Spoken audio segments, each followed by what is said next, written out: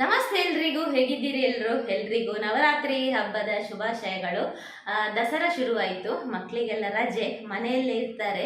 ಈಗ ಕೂಡ bread butter snacks ಬೇಕರಿದೆಲ್ಲ ಬೇಡ. ಆರೋಗ್ಯಕರವಾಗಿ ಮನೆಯಲ್ಲೇ ತಿಂಡಿ ಮಾಡಲಿಕ್ಕೆ ಈಗ ನಮಗೆ ಸಮಯ ಉಂಟು, ಮಕ್ಕಳಿಗೆ ರಜೆ ಇರ್ತದಲ್ವಾ. ಹಾಗಾಗಿ ಅರ್ಜೆಂಟ್ 8 ಗಂಟೆ 7ವರೆಗೆ ಆಗಬೇಕು ಅಂತೇನು ಇಲ್ಲ ಅಲ್ವಾ. ಹಾಗಾಗಿ ನಮ್ಮ ಹಳೆಯ ಕಾಲದೊಂದು ತಿಂಡಿಯನ್ನು, ಬೆಳಗಿನ ತಿಂಡಿಯನ್ನು ಮಾಡುವ ಅಂತ ಇದ್ದೇನೆ. ನಿಮ್ಮ ಜೊತೆಗೂ ಶೇರ್ ಮಾಡ್ತೇನೆ. ನಮ್ಮ ಹಳೆಯ ರೆಸಿಪಿ ಕೂಡ ಉಳಿತದೆ. ಹಾಗೇನೆ ಒಂದು ಹಳೆ ತಿಂಡಿಯ ರುಚಿಯನ್ನು ಸವಿದಾಗೂ ಆಗ್ತದೆ. ಬನ್ನಿ ಶುರು ಮಾಡುವ ಇವತ್ತಿನ ಹಳೆಯ ಕಾಲದ.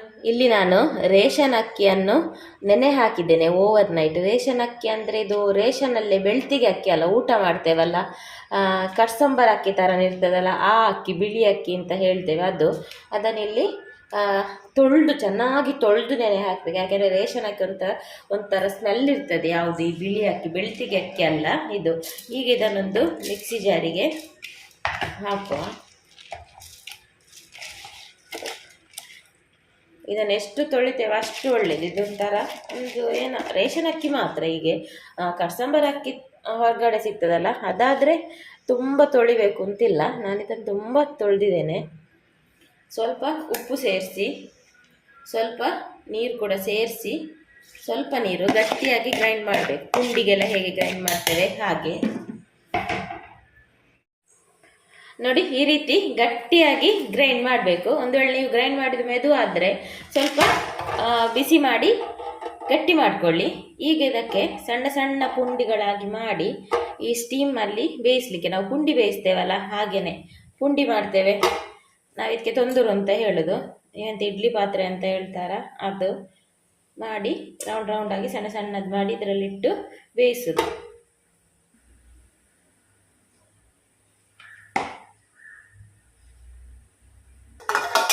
ಈಗ ಇದನ್ನೊಂದು 15-20 ನಿಮಿಷದೊಳಗೆ ಇದು ಬೇಯ್ತದೆ.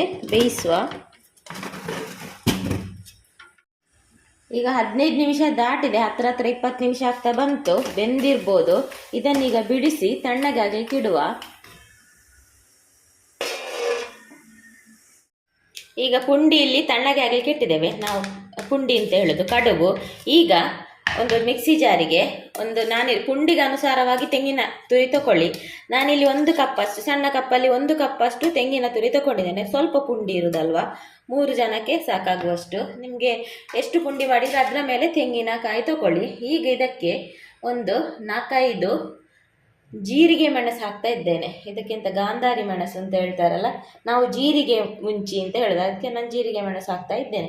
ನಿಮ್ಮ ಹತ್ರ ಇಲ್ಲ ಅಂದರೆ ಕಾಯಿ ಮೆಣಸು ಕೂಡ ಹಾಕ್ಬೋದು. ಜೀರಿಗೆ ಮೆಣಸು ಹಾಕಿದ್ರೆ ಇದೊಂಥರ ಟೇಸ್ಟ್, ಟ್ರೆಡಿಷ್ನಲ್ ಟೇಸ್ಟ್. ಈಗ ನಮ್ಮ ಹೆಸರಿನ ಹಾಗೆಯೇ ಜೀರಿಗೆ ಕಡುಬು ಅಲ್ವಾ, ಇದಕ್ಕೆ ಜೀರಿಗೆ ಮೆಣಸು ಮತ್ತು ಜೀರಿಗೆ ಒಂದು ಅರ್ಧ ಸ್ಪೂನಷ್ಟು ಜೀರಿಗೆ ಹಾಕ್ಕೊಂಡು ಇದನ್ನು ಗ್ರೈಂಡ್ ಮಾಡುವ ನೈಸಾಗಿ, ಸ್ವಲ್ಪ ನೀರು ಸೇರಿಸಿ. ಈಗಿಲ್ಲಿ ಮಸಾಲ ಗ್ರೈಂಡ್ ಮಾಡಿ ಆಯಿತು. ಈಗ ಇಲ್ಲೊಂದು ಬಾಣಲೆ ತಗೊಂಡಿದ್ದೇನೆ. ಅದಕ್ಕೆ ಸ್ವಲ್ಪ 1 ಸ್ಪೂನಷ್ಟು ತೆಂಗಿನ ಎಣ್ಣೆ, ಸ್ವಲ್ಪ ಸಾಸಿವೆ ಸಿಡಿಯುವಾಗ ಒಂದು ಒಣಮೆಣಸು ಮತ್ತು ಸ್ವಲ್ಪ ಕರಿಬೇವು. ಈಗ ಗ್ರೈಂಡ್ ಮಾಡಿಟ್ಟ ಮಿಶ್ರಣವನ್ನು ಇದಕ್ಕೆ ಹಾಕುವ. ಹಾಗೆಯೇ ಸ್ವಲ್ಪ ಮಿಕ್ಸಿ ತೊಳೆದು ನೀರು ಕೂಡ ಸೇರಿಸುವ. ಉಪ್ಪು ಕಡುಬಿಗೆ ಹಾಕಿದ್ದೇವೆ, ಇದಕ್ಕೆ ಸ್ವಲ್ಪ ಹಾಕಿದರೆ ಆಯಿತು.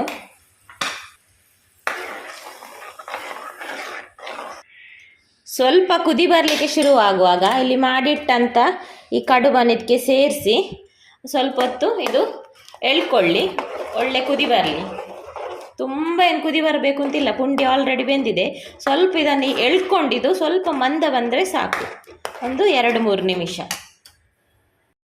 ನೋಡಿ, ಈಗ ಒಳ್ಳೆ ಕುದಿ ಬಂತು, ಇಷ್ಟು ದಪ್ಪವಾಗಿ ಬಂದಿದೆ, ಮಂದವಾಗಿ ಸಾಕು. ಈಗ ಗ್ಯಾಸ್ ಆಫ್ ಮಾಡುವ.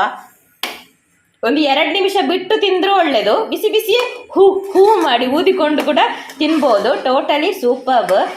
ಸಾಂಪ್ರದಾಯಿಕ, ಬಹಳ ಹಿಂದಿನ ಕಾಲದೊಂದು ತಿಂಡಿ ಇದು. ಯಾರಿಗೆಲ್ಲ ಗೊತ್ತುಂಟು, ಯಾರಿಗೆಲ್ಲ ಗೊತ್ತಿಲ್ಲ ನನಗೆ. ಗೊತ್ತಿದ್ದವರು ಕಮೆಂಟ್ ಮಾಡಿ.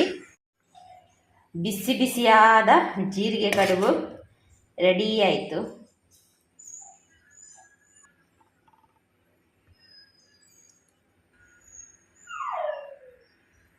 ತುಂಬ ಸುಲಭ, ಅಷ್ಟೇನು ಕಷ್ಟ ಏನಿಲ್ಲ, ಆದರೆ ಭಾರಿ ಒಂದು ಒಳ್ಳೆ ರುಚಿಯಾದ ಬ್ರೇಕ್ಫಾಸ್ಟ್, ಹಾಗೆಯೇ ಆರೋಗ್ಯಕ್ಕೆ ಕೂಡ ಒಳ್ಳೆಯದು. ನಮ್ಮ ಈಗಿನ ಈ ಹಾಳು ಮೋಳು ತಿನ್ನೋದಕ್ಕಿಂತ ನಮ್ಮ ಹಳೆಯ ಕಾಲದೆಲ್ಲ ಈ ಥರದ ತಿಂಡಿಗಳನ್ನೆಲ್ಲ ಮಾಡಿ ತಿನ್ನೋದ್ರಿಂದ ನಮ್ಮ ಸಾಂಪ್ರದಾಯಿಕ ರೆಸಿಪಿಗಳು ಕೂಡ ಉಳಿತದೆ, ಆರೋಗ್ಯ ಕೂಡ ಉಳಿತದೆ. ಆರೋಗ್ಯವೇ ಭಾಗ್ಯ.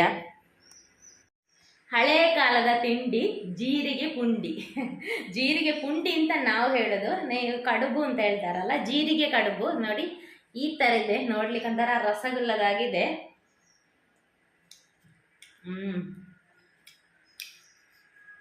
ಜೀರಿಗೆ ಫ್ಲೇವರು, ಖಾರ ಖಾರ.